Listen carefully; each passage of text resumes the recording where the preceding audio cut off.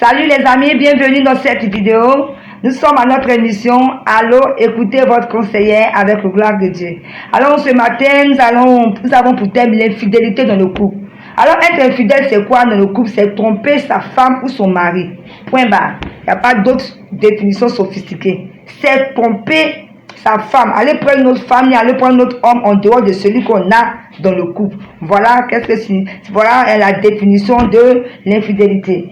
Alors aujourd'hui, je ne suis pas encore seule. On va traiter ce sujet avec mon invité David. Bonjour David. Bonjour, c'est le nom de Dieu.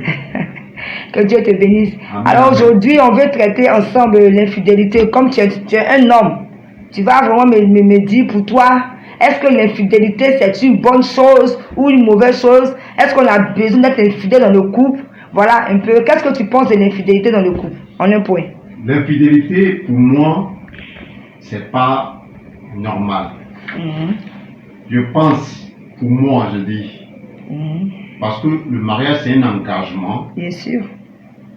Et il faut respecter cet engagement devant les hommes et devant Dieu. C'est ça.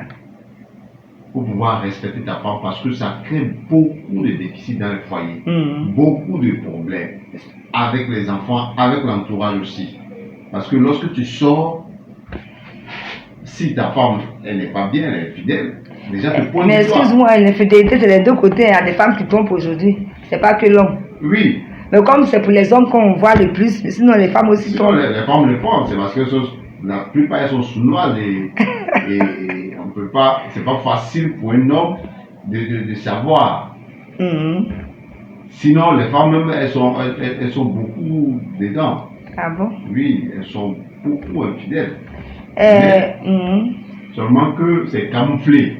Vous voyez, c'est beaucoup camouflé. D'accord. Je dois te poser encore une question. Bon, en tant qu'homme, tu me dis aujourd'hui que toi, tu ne prônes pas pour l'infidélité, mais les hommes d'aujourd'hui, là, et tous, quand tu leur poses des questions, là, c'est tout à fait le contraire. Hein. Il faut être infidèle. Si tu n'es pas infidèle, ton couple ne peut pas marcher. Si tu n'es pas infidèle, il y a ci, il y a ça. Donc, je crois que tu es la seule personne là qui pense que l'infidélité n'est pas une bonne chose. Bon, c'est qu'il y a d'abord même quelque chose que je n'ai pas encore compris. Voilà, quelqu'un qui prône l'infidélité, qui trouve que c'est une bonne chose, c'est qu'il n'a pas compris beaucoup de choses. C'est ça. Mais c'est après, très souvent c'est après qu'ils comprennent que je pouvais éviter ça. C'est ça. Je pouvais faire ceci, je pouvais faire cela, mais cela peut-être que c'est déjà trop tard, tu comprends? Pour nous qui sommes en Christ, c'est ça, oui. Là vraiment, moi personnellement, l'infidélité, ce n'est pas facile souvent d'être fidèle parce qu'il y a tellement de tentations, mais on fait violence, on fait l'effort. Excuse-moi, les tentations sont beaucoup, hein. Tout à fait. Je dis cette génération que là, même les filles, elles sont violentes, hein. Voilà, elles sont toutes nues, elles se laissent pas faire, c'est pas facile, hein. Pas facile. Une génération vraiment déchaînée. Maintenant, ça encourage les hommes. De faire des efforts, c'est ça. Avec la prière. Parce que Dieu a dit que tout ce que nous demandons, lui, il peut nous donner. C'est ça. Si nous croyons, il va nous donner. C'est-à-dire qu'avec la prière, lorsque tu es tenté, tu demandes au Saint-Esprit vraiment bien m'aider à pouvoir résister. C'est ça. Tu résisteras. C'est vrai. C'est vrai, mais c'est dommage, mais tout le monde n'est pas chrétien. Tout le monde n'est pas chrétien et c'est là aussi le truc. Mais moi, je dis que c'est pour vraiment résister, il faut vraiment craindre vraiment le Seigneur. Mais moi, je pense aussi que le mariage, c'est l'engagement. Et n'importe qui ne vient pas s'engager comme ça. Parce que quand tu te décides de te marier, c'est qu'au fait, tu connais les pour et les contre. Ou bien, tu dois savoir que lorsque tu as décidé de te marier, c'est celle ou bien celui que tu as choisi là, que tu dois rester avec lui, mais avec elle, jusqu'à la fin de tes jours. Donc, moi, je pense que c'est d'abord une histoire de mentalité. Mentalité. Oui. Le mental qui doit changer. Moi, le mental doit changer. Et puis, vraiment, pour aussi arrêter l'infidélité, il faut vraiment donner sa vie au Seigneur. Il faut craindre réellement le Seigneur. Comme on a dit, c'est pas facile, hein. C'est pas facile. Mais on n'a pas de raison de tromper son époux ou son épouse. Il n'y a pas de raison. C'est un choix qui a été fait. Donc, il faut respecter le choix. Il faut respecter la personne avec qui on marche. Et voilà. Parce que ce qui me fatigue dans ça, c'est qu'il y a trop de conséquences lorsqu'on trompe sa femme ou son mari. C'est-à-dire que tu détruis les enfants. Tu détruis ton mari, tu détruis ta femme, tu détruis tout autour de toi. Et puis la famille est brisée, on n'en parle plus. Et c'est des blessures, on n'en peut finir. Non, c'est compliqué. Hein? Mais selon toi, qu'est-ce qui peut provoquer l'infidélité dans un couple? Bon, dans un couple, dans un premier temps, il y a soit dû au fait que peut-être monsieur n'arrive pas à satisfaire madame n'arrive pas à satisfaire monsieur. Si je comprends bien, l'insatisfaction sexuelle, c'est ça? Tout à fait. Oui, c'est important, très important. C'est important parce qu'il ne faudrait pas négliger ce fait-là. Hein.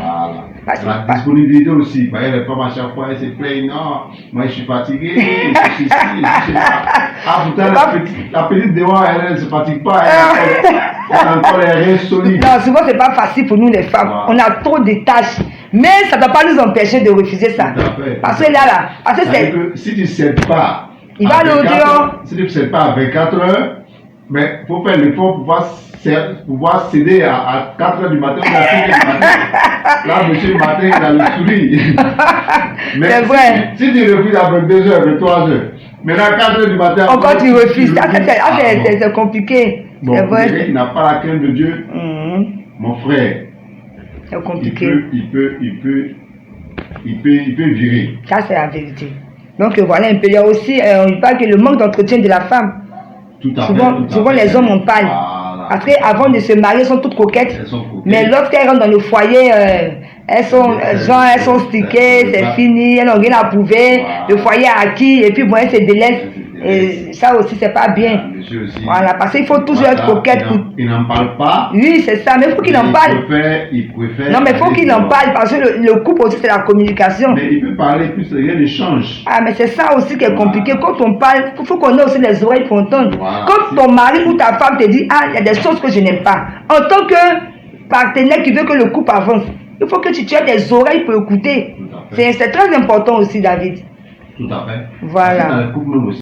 Il y a tellement de choses qu'on voit là-bas lorsqu'on est connecté à Internet. C'est ça qui pousse souvent aussi les hommes comme les femmes à l'infidélité. C'est ça. Voilà, parce que les gens veulent vivre des expériences avec les femmes et avec aujourd'hui avec cette histoire de coach qu'on voit partout. C'est ça. Et souvent même on voit des nouvelles choses. Les gens qui racontent leurs aventures, les soirs de leurs mésaventures, ils s'échangent les femmes, ils s'échangent les maris. Mais tout ça, c'est les vraies causes aujourd'hui. C'est vrai. Et c'est facile sur les réseaux sociaux de faire des rencontres.